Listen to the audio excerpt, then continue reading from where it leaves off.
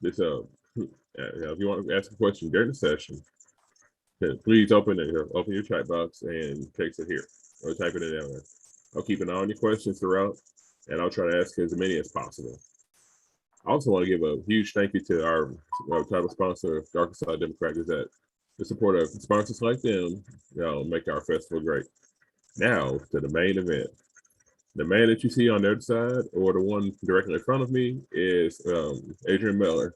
He's a certified barbecue judge, an attorney, director of the Colorado Churches Association, recipient of the James Beard Award Foundation Book Award for Soul Food, The Surprising Story of American Cuisine, one plate at a time. He's worked for the Obama. He's worked as a staffer, I believe, in the Obama administration, correct? Clinton. Oh, on the Clinton administration. Yeah. I'm sorry. That's right. He's been a consultant on Chef's Table. Your most recent book before Black Smoke, obviously, is. I'm still reading the notes. It's the President's Kitchen Cabinet, the story of African Americans who have fed our first families from the Washington City Obamas. And like I said, make sure everybody out there stop in. You can order a book. You can pay for a book through all the web links, through Wordsworth, so on and so forth. Nothing else to say. I'm going to turn it over to Adrian Miller. All right. Well, thank you so much, Cedric, and good to be with everyone here. So what I wanted to do was just talk about, my book, Black Smoke, why I wrote this book, and give you a sense for the chapters, how they're organized, so you get a vibe for the book, and then take your questions. So I'm going to share my screen real quick and just do a PowerPoint presentation. All right. Hopefully you can see all that. So that's me at one of my favorite barbecue joints in Denver, Colorado. It's called Bony's Barbecue. And unfortunately, Bony's Barbecue closed because it was of the pandemic. But it was one of the best Black-run barbecue joints in Denver. And fortunately, there's very few left. And so this is kind of the theme for my book, why these things are going. So people ask me, why did you write this book? So 2004, I was watching the Food Network and I saw this book called Paula Deen's Southern Barbecue.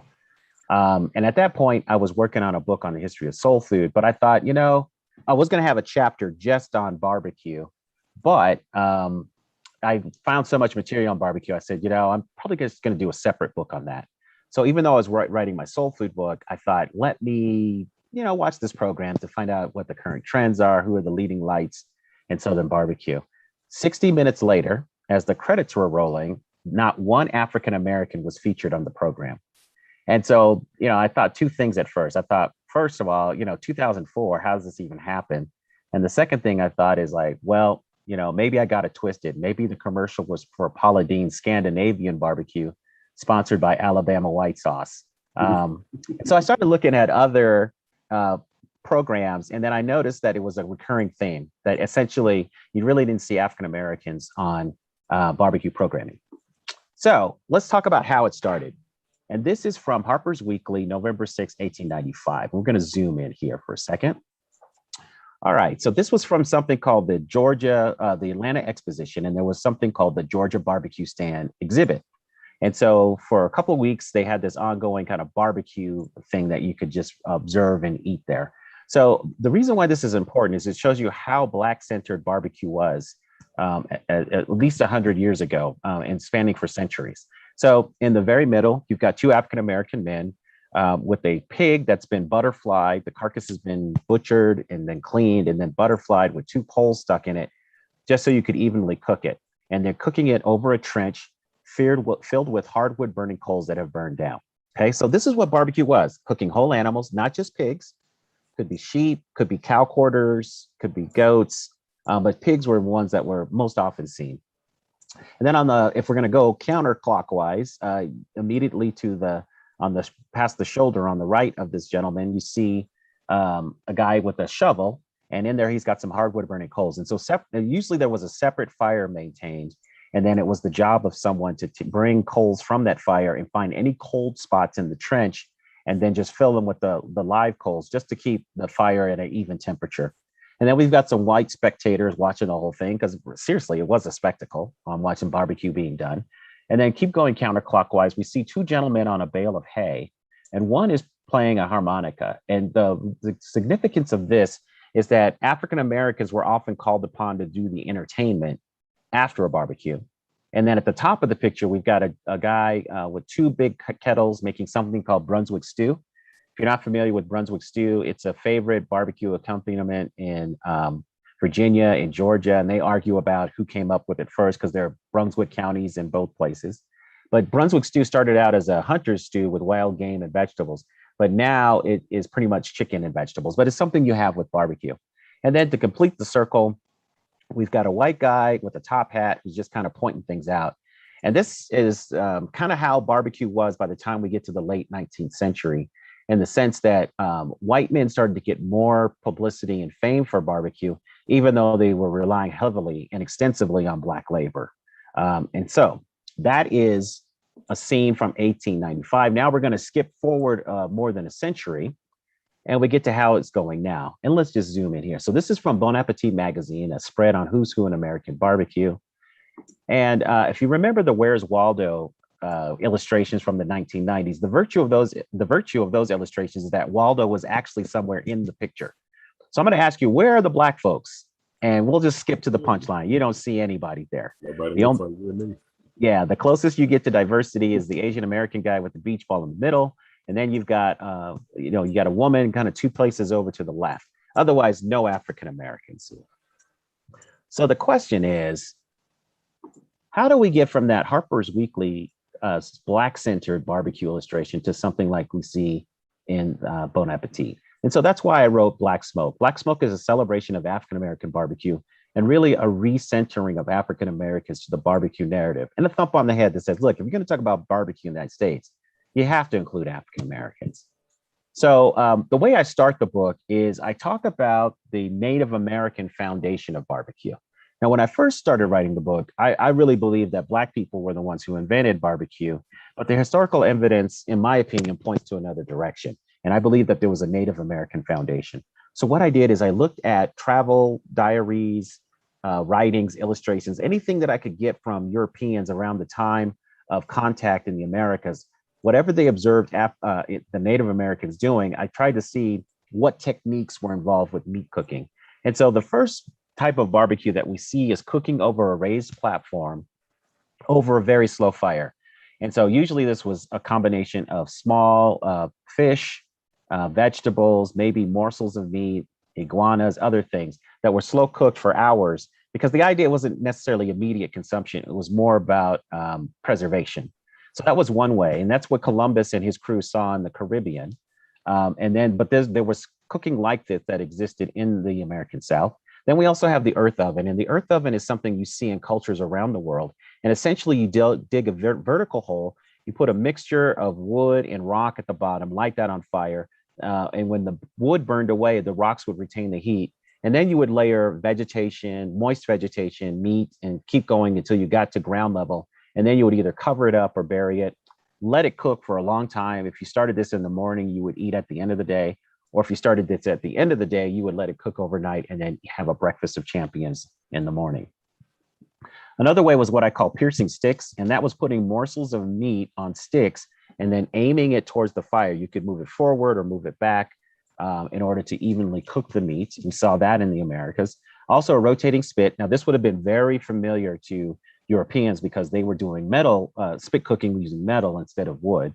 Because remember, Native Americans didn't have metallurgy at this point in their history. And then that gets us to what I think puts us on the road to barbecue, which is the shallow pit. So the shallow pit was not a hole, not as deep as the vertical earth oven, but something that was deep enough to put a mixture of, again, wood and rocks. You light that on fire. And then Native Americans would either put the meat right on top of the rocks or lay sticks across the depression in the ground and lay the meat on that. And I believe that Europeans saw this and then melded the slow cooking preservation, typically use of fire to preserve meat and slowly smoke it, and added their faster cooking techniques. And that gets us on the road to what we call Southern barbecue. So after laying that foundation, I talk about how African Americans essentially become the go-to cooks. So blackness and barbecue get wedded by the time we get to the 19th century. And here's an example. And this article is by no means an exception. So it's from the Bangor, Maine Whip, which is a newspaper in Maine. And so the writer of this article was trying to explain to his readers in Maine what a Southern barbecue was. And at that time, in the early history of barbecue, barbecue was often called Virginia barbecue because it's believed that that's where this type of cooking sprang forth. And so if you go to the third sentence in here, it says, on the previous day, some favorite Negro man of reputation for skill and experience in the business is sent up with his assistants who proceed to make a kiln or pit of stones. So what this is basically telling folks is that, hey, look, if you want to have legit barbecue, you need to have an African-American doing the cooking. Yeah, you need to have a brother doing the cooking. And this was a person in Virginia that was relaying this information to readers in Maine. And so, again, this is not an isolated article. You see articles all over the place with African Americans who are doing the cooking. And the reason why this is the case is because old school barbecue was very labor intensive. You had to find somebody to clear the ground, dig that pit, butcher the animals, cook them, season them, and then serve the food and then provide the entertainment. And given the racial dynamics of the South in the 1700s and 1800s, if you're going to have that work done and you're not going to pay people to do it, you would have enslaved African Americans do that. So fast forward, enslaved African Americans and then their free descendants are established as barbecue's go-to cooks in the 19th century. In fact, when anybody wanted a taste of barbecue, whether they were in the South or another part of the country, they would often seek an African American to do that cooking. So after talking about this prehistory of this prehistory and then the history of barbecue, the early history, what I do is I organize the chapters to then talk about various themes about barbecue. So church barbecue, barbecue freelancers, barbecue business, things like that. So because I want to get to your questions, I want to talk about the African American influenced regional styles. So I know that people are going to yell at me because I'm putting the Carolinas all together. South Carolina and North Carolina. But in the Carolinas, aside from Virginia, one of the earliest places we have barbecue, it's more of a whole hog or pork shoulder traditions, usually seasoned with a vinegar-based sauce. Sometimes there's tomato added to it, depending on where you are in the Carolinas, or you could have a mustard sauce. This is from a place called Grady's Barbecue in Dudley, North Carolina. So it's a typical plate. You got your coleslaw, you got some well-seasoned pork shoulder with some hush puppies, all right, going from left to right. And then you've got what I call Deep South barbecue. And I would put Arkansas in this place, in this category. So Deep South barbecue is going to be more pork based. So it's going to be pork shoulder, spare ribs, a lot of soul food side dishes, soul food desserts, typically like in a thin, maybe vinegary or slightly sweet sauce, depends on where you are, but usually a thin. Yeah, usually a thin sauce. And then you've got Memphis, and I consider Memphis to be barbecue's funky town. All kinds of interesting stuff happening in Memphis. This is from a place called Payne's Barbecue in Memphis, one of my favorite places. And this is a pork shoulder sandwich with a mustard slaw and a thin tomato sweet sauce. But you kind of all kinds of stuff going on in Memphis. But that's also a very heavily influenced barbecue style by African Americans. Chicago is a place that doesn't get much love. And I think they have a distinctive style. It's rib tips, it's chicken, and it's sausages, usually with a bed of fries all drowned in sauce. But that's what we see in Chicago. Another place that's unsung is East Texas. When a lot of people talk about Texas barbecue, they focus on Central Texas, but East Texas has a rich tradition. And in the earliest recorded barbecue that we find in Texas, other than what Latinx people were doing in the South, before Texas was a state or a country. We have in the East, we have enslaved African Americans showing up in Eastern Texas, and they were doing whole animal cooking. And we see that happening in the 1820s and the 1830s. So in the East Texas, it's very similar to kind of Central Texas barbecue, but I would say it's messier. So the foods, like the brisket's going to be chopped up, it's going to be sauced. There's going to be Southern soul side dishes as well as Creole side dishes. That are served given the proximity to Louisiana. Also, you've got Kansas City, and that's an agricultural center, so very eclectic. You've got beef, pork, chicken, lamb, you name it, with fries and all kinds of stuff going on there in Kansas City. Now, we argue a lot about regional styles, but if you were to just go any barbecue joint in the country, I think these are the things you'll tend to see, regardless of region. You're going to see pork spare ribs. You're going to see chopped pork shoulder, chicken, and hot links. And hot links are typically a coarsely ground, very spicy sausage. And you seem to find that almost anywhere you go when you go to a black joint. Beef is not so common. I think beef is kind of particular to certain regions, but not anything universal. Now, we can talk about that later. That might be changing given the popularity of Texas barbecue. Also, some things you find that are local traditions are rib tips. You see this a lot in Chicago. Monroe County pork steaks. So imagine taking a pork shoulder, freezing it, and then while it's frozen, cutting, 1/2-inch thick slices, and then grilling those, putting a little char on them, and adding a very spicy sauce. This is something you see in Kentucky and Southern Illinois, particularly at black joints. Also, barbecue bologna. And this is not your mom's barbecue bologna. When we come home from after school and we just add a little thin slice of bologna, put it in the skillet, let it puff up, cut a slit in it, put some cheese on it. Not like that. These are thicker slices. Oh, yeah. And what they do is they get the tube of bologna and they put slits in it, put it on the smoker for a few hours so it gets really soft and smoky. And then they cut off a 1/2-inch, 1/2-inch thick slice, and then white bread, bologna, sauce or slaw or both if you want, and then more white bread. Delicious. Another thing that's a little trippy, I could see you reacting to this, is barbecue spaghetti. And this is a Memphis thing. So here's barbecue spaghetti. You get the spaghetti noodles, and instead of marinara, you have barbecue sauce and grilled meat. It is glorious. Have you ever had barbecue spaghetti? Yes, I have. Matter of fact, while we're taking a break from it, barbecue spaghetti is actually going to be my tailgating for everyone recipe for my blog, $1 and a Dream. Oh, really? It'll be posted Saturday morning, 9 o'clock. But enough self promotion. It's not about me. It's about you. Okay, nice. Another is burnt ends. Now, I don't care what anybody from Texas says. Burnt ends are from Kansas City. This is the guy who started it. His name is Arthur Bryant. Had a legendary place in Kansas City for years. And burnt ends are the fatty, crispy ends of the point end of the brisket that normally get cut off and thrown away. And so Arthur Bryant's stroke of genius was to take those that end of the brisket, cut it up, and then put it in a bowl on the counter. And as people were waiting for their orders to be fulfilled, he was just offered that as something free. Now it's something that people are paying, whatever, $20 a pound for. Crazy money for it. I know. And then at the end of the book, I talk about barbecue's future. So one of the figures I talk about is Rodney Scott. He's a whole hog guy doing barbecue out of South Carolina. He started in Hemingway, South Carolina first, and now he has a place in Charleston, South Carolina. But he's opening a place up in Birmingham, Alabama, and he also opened up a place in Atlanta. So he's expanding. Another couple of guys that I talked about are Ed Mitchell and his son, Ryan. They also do whole hog barbecue. So this is a picture of a whole hog that they did for something called the New York Barbecue Block Party, which no longer exists because it was so popular that they had like 26,000 people descend on Union Square in New York City for this barbecue. So it's just a logistical nightmare. So they no longer do it. But it's interesting that there's a taste for whole hog barbecue around the South. I just don't know if there's a taste for it around the country. Also, I talked about Deborah and Mary Jones. I don't know if you watch Queer Eye, but they were featured in 2019, and their business has exploded since being on that show.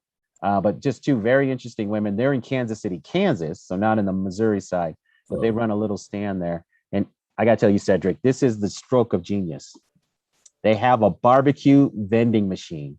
So 24/7, you can show up. They have a barbecue sandwich, get some sauce, get your barbecue on. I just think that's brilliant. I need that in my life. Oh, absolutely. And then, some interesting trends. So one trend that's showing up in a lot of places is turkey. So here are some turkey ribs out of a place in St. Louis. And so you're probably saying, what are you talking about, brother? Turkeys don't have ribs. Here's a turkey. Turkey ribs. Yeah. Hey, I don't know. Yeah. What they do is they take the shoulder blade and then they cut enough meat around the shoulder blade so it kind of looks like a baby back rib. But you're seeing this show up in black joints all around the country, Hmm. black-owned barbecue joints. And then also turkeys becomes a substitute. So in the Carolinas, you're getting chopped turkey.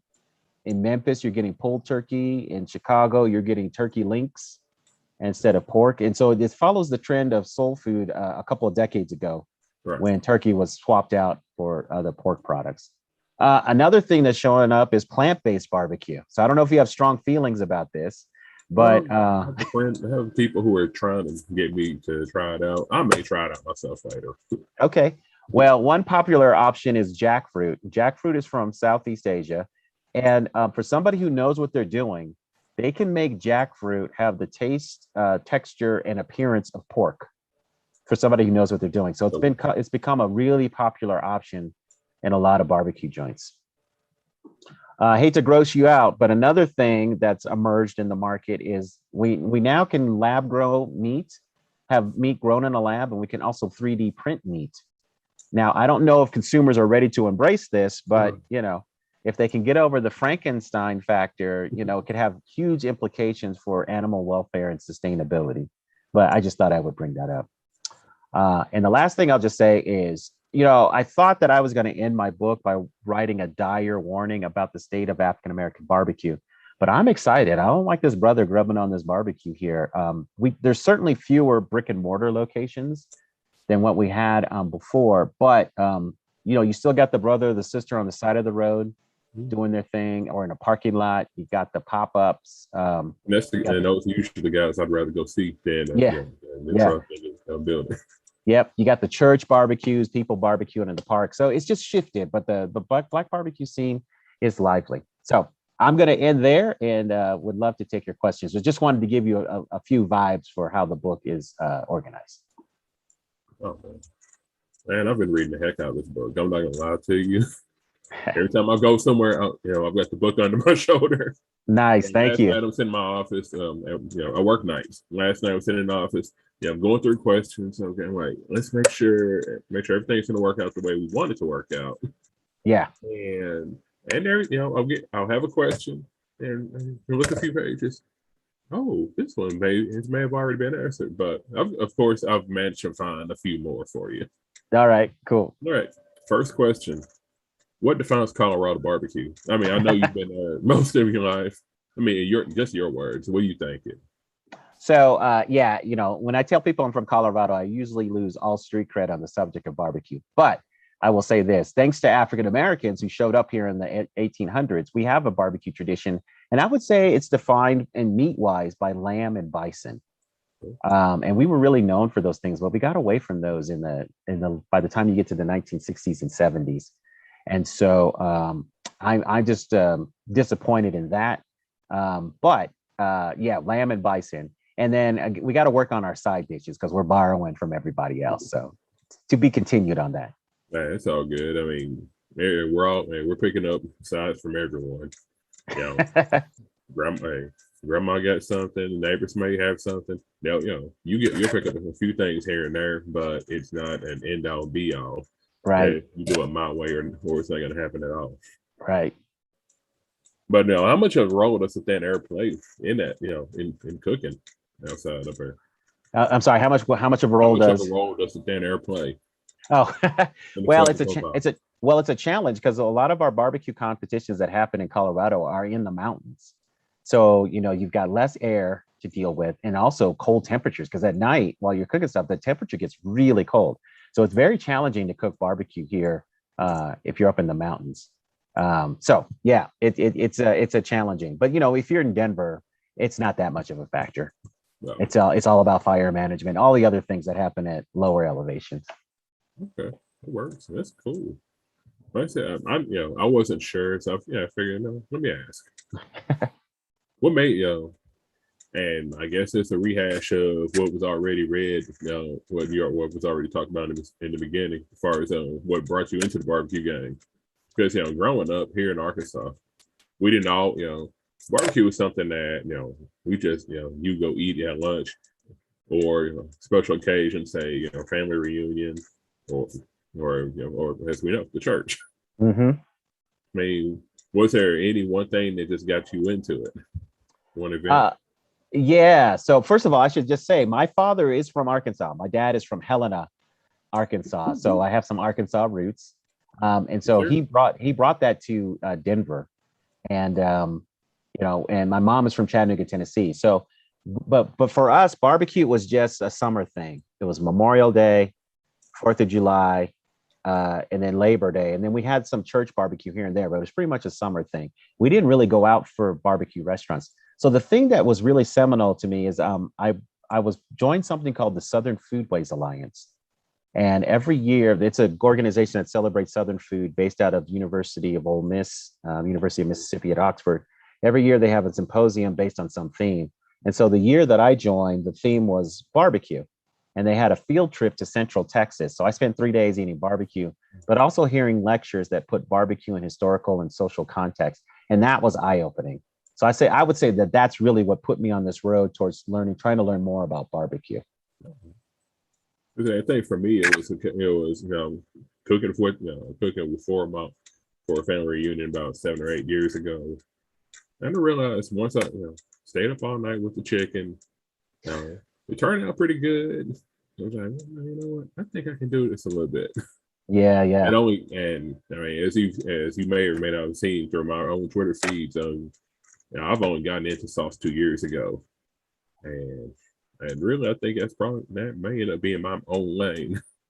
Now, so you talk about making sauce or putting Making sauce sauce. on your, okay, but you always put sauce on your barbecue, right? Oh yeah. Okay, because that's one thing that's really annoying me, man. There's this narrative emerging that barbecue should be unsauced. Shit, that's crazy. To me, that's crazy talk. You need your sauce is just an extra accent to to the food itself. I'm Yes. not trying to coat it all. I'm not trying to hide it. Yeah. Yep. It's just an extra thing to your barbecue. Thank you. Thank you. Right. I guess next question. Let me see if I've got one out from the audience. Let's say, I can be here. I can do this all. I can do this all. We can do this all night long. I know. We know that's barbecue. That's what barbecue is about.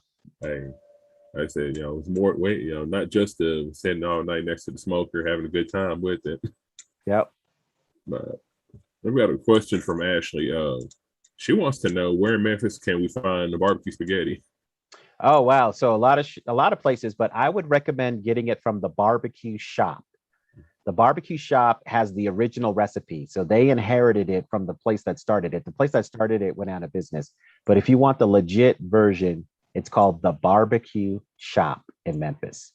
If you don't get it there, one of my other favorite places is a place called the Cozy Corner. So either one of those places will do you right. All right, cool. There. Hopefully that answers the question. Here's another one from me. Black barbecue is deceptively tough. It's been deceptively tough. It has been over time that since the beginning. It not only tells a story through food, but also it's also one not only of prose but also through spoken word. Because recipes weren't always passed down from on pen and paper. They were passed on from me to you talking. So and because those recipes and methods have been passed down from spoken word over and over through the years, we tend to hold on to those tightly. We're not telling anybody where the stuff is coming from.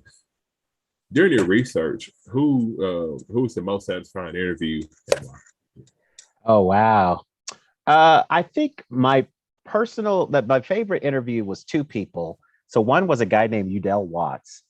And he actually tracked me down, and I write about his ancestor, old Arthur Watts, who, as an enslaved young man, was tending fires. That was his job on the plantation. But then after emancipation, he becomes this barbecue guy, and he lives until he's 107 years old.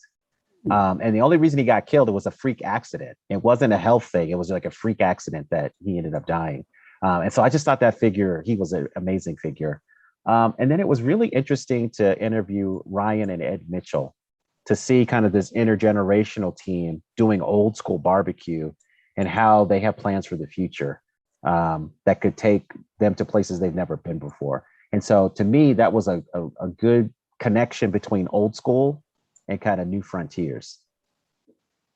It does that. Yeah, like I said, Barbecue is intergenerational. Yeah. And now my grandma lives in Gould, and she recently turned 94 years old. I'm trying to remember now, but she's seen a lot. She's seen a whole lot in those years. Mm-hmm. And seeing her eat, eating ribs and pork shoulders, and eating ribs and pulled pork right along with the rest of us. And my daughter's 6, and saying, and you get a multi-generational feeling and effect from it. We know the next generation is going to be taken care of. Yeah. And more than just the immediate meal, but we're carrying our traditions. Yeah. Mm-hmm. I've got another one. I don't see any other questions right now, so I've got plenty. Oh, I see some questions. Okay, go ahead. Oh, you want me? I can just read them. And okay, Yeah. one question from Anonymous is, what is your favorite and least favorite cut of barbecue? So my favorite cut of barbecue is spare ribs, pork spare ribs with the rib tip attached. I'm not a huge fan of the St. Louis cut, which often cuts off that rib tip.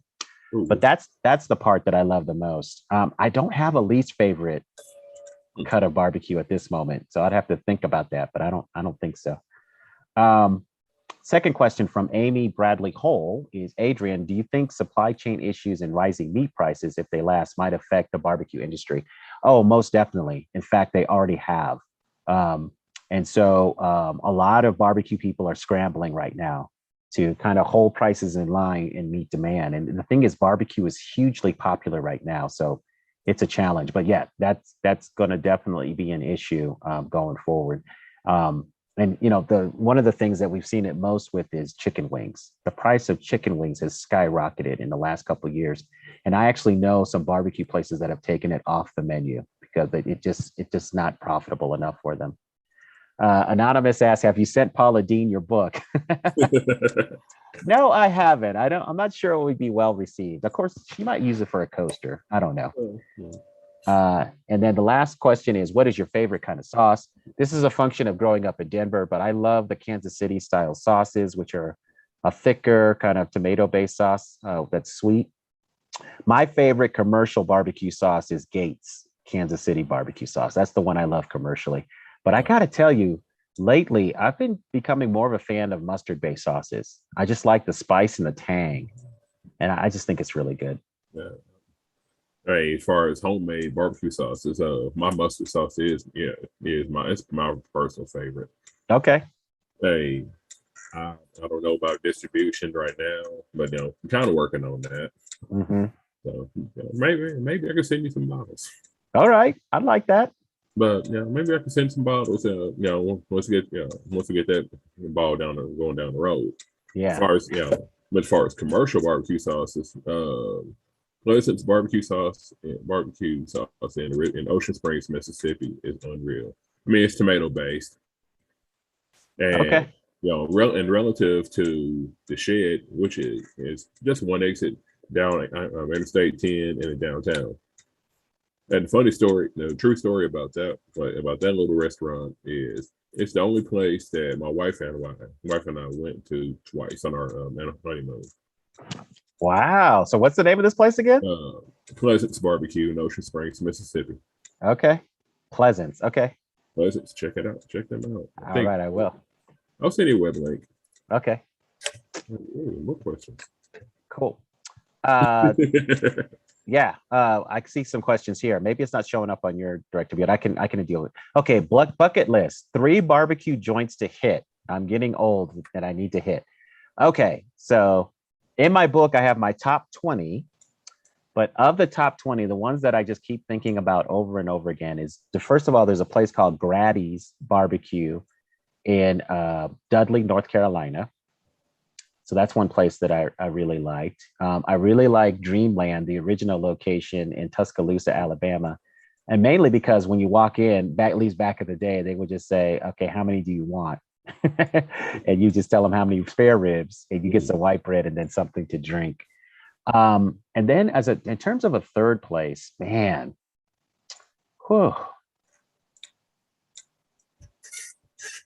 my third place is LC's Barbecue in Kansas City, Missouri.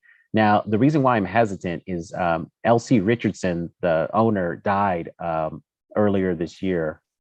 And so I just don't know if the family is, I heard it's still going, but I don't know if the quality is been there. I haven't been there since he died. So those are those three places. But if you want a longer list, there's a top 20 list in my book that I tried to have at least some regional balance. And I see in the chat, I have been to Jones Barbecue in Mariana, and I'm so glad that they've rebounded from that fire and that they're open once again. But I've been to Simms Barbecue in Little Rock. I thought that was good. And I've also been to Craig's Barbecue. I think it's called the Bluff or something like that. I was in Duval's Bluff. Duval's Bluff, yeah. Yeah, that's really really good. Mm-hmm. And I mean, like I said, Jones to me is to me is a legend. Mm-hmm. Simms is as well, and to me, Simms is what I tell people, the OG of Arkansas barbecue. Right, exactly. Just because they were able, he was able to franchise all over Little Rock and end up with the loyal following that he's got. Yep. I mean, there are probably two bucket list places I've wanted to go to. One, I kind of kicked myself because I was maybe an hour away, but I didn't go. Scott's Barbecue in Hemingway, South Carolina. Yep. I'm kicking myself over that one. Yeah. Well, there's some places closer now. So you've got, I mean, it's not the same as Scott's Barbecue, but Rodney Scott's, what he's doing, you can go to Birmingham, I guess it would be the closest. Yeah, Birmingham would be the closest, and that's 6 hours. Okay. Yeah, it's worth having, man. Because making whole hog barbecue is a dying art. There's only a few people around who do it really well, and he's one of them.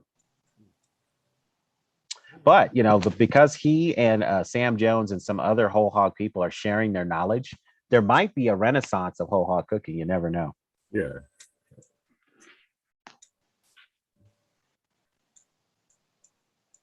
And here's another question. When visiting a barbecue joint, I said joint, not restaurant. What's your personal standard item that determines the place if it's worthy for a recommendation? I mean, it could be a side, it doesn't have to be a core meat. It can be a side item, it can be a dessert. All right. So I'm going to give, I'm not going to limit it to one thing, but here's the things I look for. Again, I'm a spare rib guy. So I want you to do a spare rib well. And then I want some banging potato salad. And then if you really want to send me over the top, if you can have some next level peach cobbler, then we're talking. That's what I'm talking about. And a good sauce. So that's what I look for. Now, I don't pay attention. Some people get funny about it. They're like, oh, you got to look at the parking lot, see what kind of cars are there. You also got to look for a pile of wood. But here's the thing about the pile of wood. Most barbecue joints are now cooking with gas smokers. And so what they do to fake the funk is they put a pile of wood out there and they burn a little bit to make you think that they're somehow, cooking with wood. That's not necessarily the case. So I don't fall for that anymore. Yeah, environmental codes, in cities and towns have a lot to do with that as well. Yeah. I love to see a barbecue joint, doing it all the way live, like old school. But we got to come to a time where we need to be consistent, and we're starting to look out for the environment a little bit more. Yep, exactly.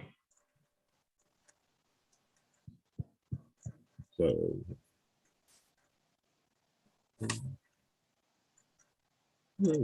speaking of price, and it goes back to what Amy was asking earlier.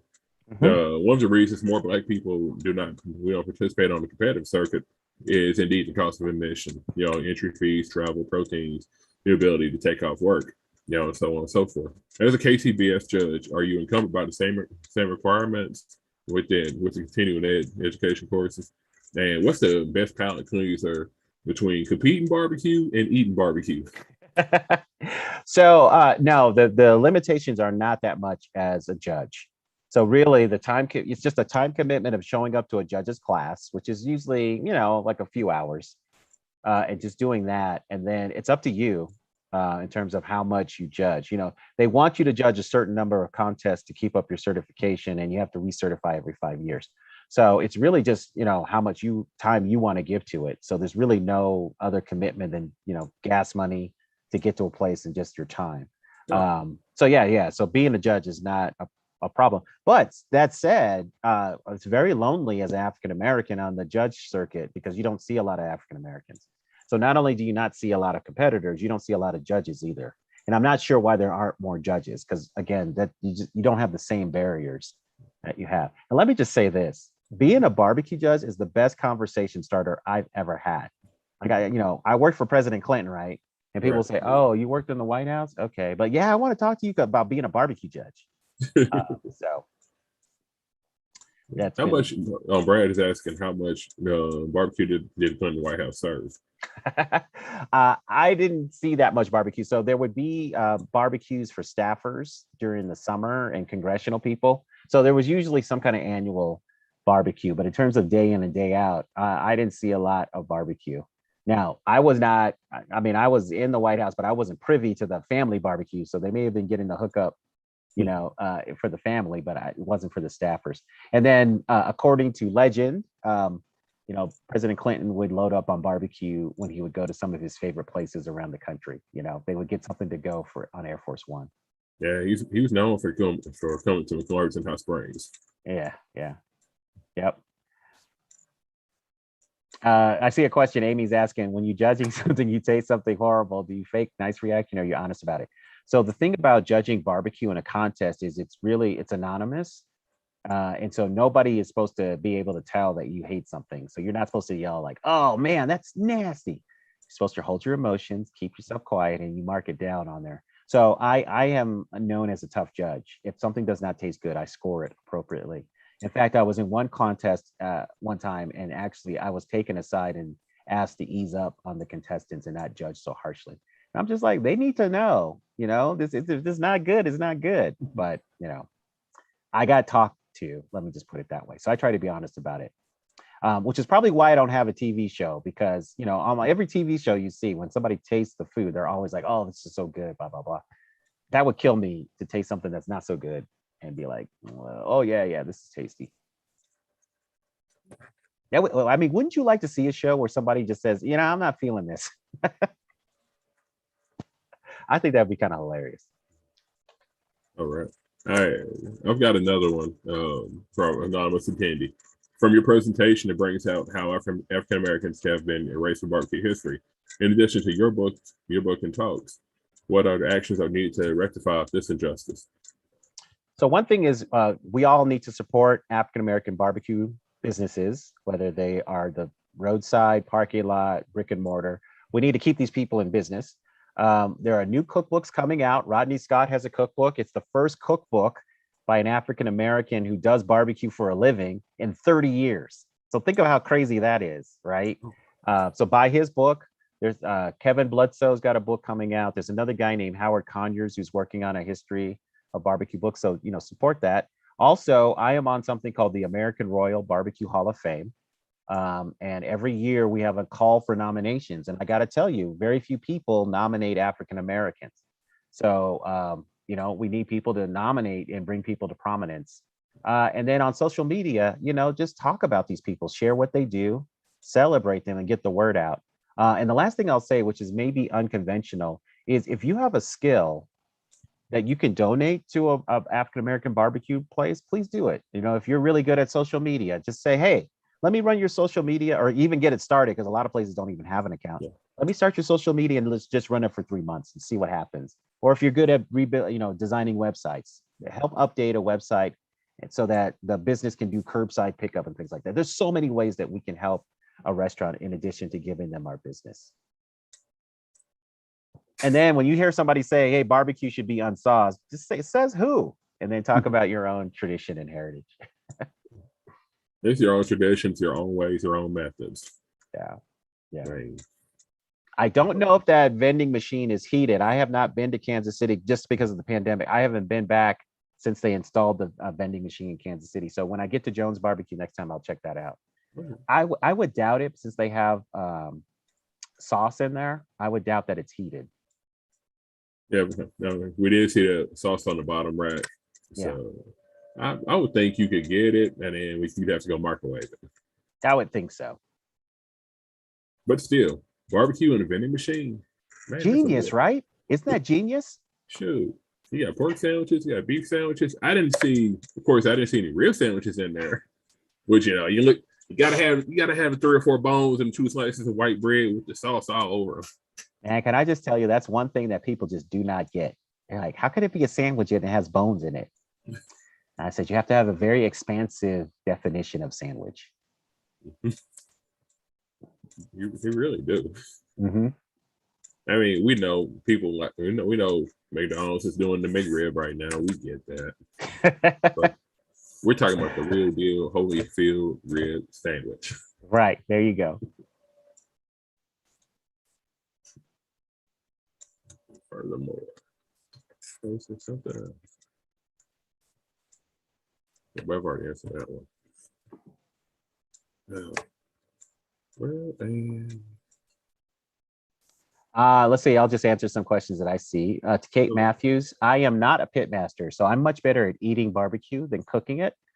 One thing, I've been asked a lot of cooking questions, so I'm gonna have to raise my game, but I'm not a pit master. Is there anywhere in New Orleans known for their barbecue? What category of barbecue does the city fall into? That's a great question. So New Orleans does have a growing barbecue scene. The place that I knew about was called The Pit. And, I think they're still there.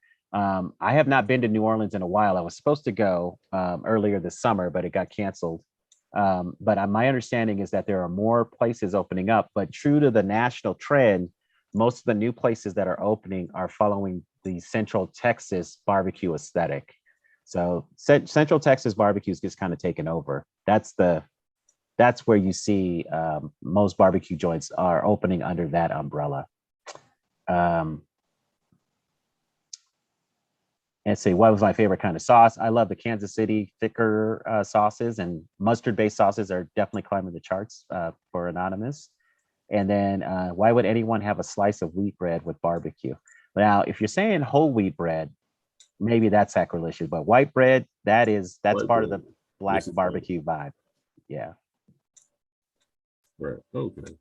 Here's another. I think I've got one, maybe 2 more questions, and then we'll start wrapping this thing on up. Okay. Like singing in the choirs of youth, black barbecuers and sauce makers have cut our teeth in the church. As faith in God or higher being of choice leads our lives to melodic music and minister delicious morsels to the mouths and stomachs. How has the church been an incubator for what is uniquely ours? Yeah, so the roots of church barbecue go deep in the Black community, because we have testimony from enslaved people talking about getting together on weekends to have barbecue and observe some kind of spiritual practice. And this was usually something that they could do on their own terms and not with the plantation slaveholder, dictating. And sometimes these things had to be done in secret. And so after emancipation, and the other thing I should note is that this notion of revivals or camp meetings, which were multiple day celebrations, often featured barbecue, because preachers and politicians figured out something very early. If you want to draw a crowd and get them to do something you want them to do, cook some barbecue. So we see that throughout the 19th century, as well as the 18th century. And so that keeps up with church barbecue. So I think much like gospel music was a source for pop music singers, I think church barbecue really provided a training ground for a lot of successful barbecuers. And if you just go back and look through the histories of barbecuers, a lot of people would say, hey, I learned this doing it for my church. Right. And that's what, it's worked for you, it's worked for me, it's worked for, so many people over the years. Right. You train, you train up in the church, man. When we get grown, we figure out, hey, I can do this. Yep. And that strikes you. Oh, yep. Well, let's take it back. I've got 2 more questions. For your final meal, would it be barbecue, soul food, or something else? I mean, I know you're the soul food guy. You're the god of soul food, pretty much. It would definitely be barbecue. And the reason I say that is because when you do black barbecue, you can sneak in some soul food side dishes and desserts and still be true to the tradition. So I'm paying fast and loose on purpose because I could get both of those things. Winner, chicken dinner. And that final question. I don't know if anybody else is going to come up with one, but I've got one. What's the next Adrian Miller project look like? Oh, thanks. I should make you my publicist. So I'm thinking about a history of African-American street vendors because they were the food trucks of the 1700s and 1800s. And I've got the lyrics and musics for their street cries. So we can replicate what it was like to wake up in, say, 1880s New Orleans and hear all of these people trying to get you to buy their stuff. I'm thinking about a meal guide for difficult conversations. So how to have a 4-part dinner series to deal with some difficult topic. And then also a history of African Americans in Colorado, because we've had some fascinating people show up in an unlikely place like Colorado, and I want to explain why and share some of those stories. So I'm all of those things are tugging at me right now. So I guess I better decide which one I'm going to do. Yeah, I mean there are ideas for everything, Yeah. and I'm looking at here in Arkansas. I'm looking, like I said, looking at my own family, looking at everybody that's come up, through the neighborhood, through, to wherever, the common ground, the common thing is barbecue. Mm-hmm. Well, I mean, it's one of the cannons. I'll say that. It's, no matter where we go, no matter where you are, you got to eat. And if you're able to eat, you can further hone your talents toward whatever lane you choose. Yep. Right. We had one question about the best dessert with barbecue, and I think there's really only 2 answers: peach cobbler or banana pudding. Yeah, I'm with you on the banana pudding. Okay. Can't go wrong. Yeah. And then if you call it a dessert, watermelon, right? That's great for summer barbecue. If you think of that as a dessert, but I'm saying peach cobbler and banana pudding. Listen, that's me. I'll stick with banana. I'll down that hill for banana pudding. If anybody, you say, if you guys say anything else, come find me. Okay. I will throw in with one modification, with one exception: tea cakes. Tea cakes are not something you see outside of the South that much. I've really only seen them in Memphis, so it's interesting that you mentioned them. But I just don't see tea cakes that much. Oh, man, I'm telling you. Yeah. Now there's a woman in Denver who makes them and sells them, but I think for a lot of people it's just like, oh, I remember that my grandmother used to make it, or it's something completely new to them. I know I mention that all the time. Sorry, my mom makes tea cakes, and she'll make. My mom makes tea cakes once a year, and it's for my birthday. Say, Mom, you know what I want? I don't need a whole lot of stuff. I just want some tea cakes. So a couple years ago, she sent me the recipe. Oh, nice. Okay. I just haven't gotten around to it yet, to trying that yet, because of everything. Life gets in the way, work, family. Right. Yeah. You can only do so much, right?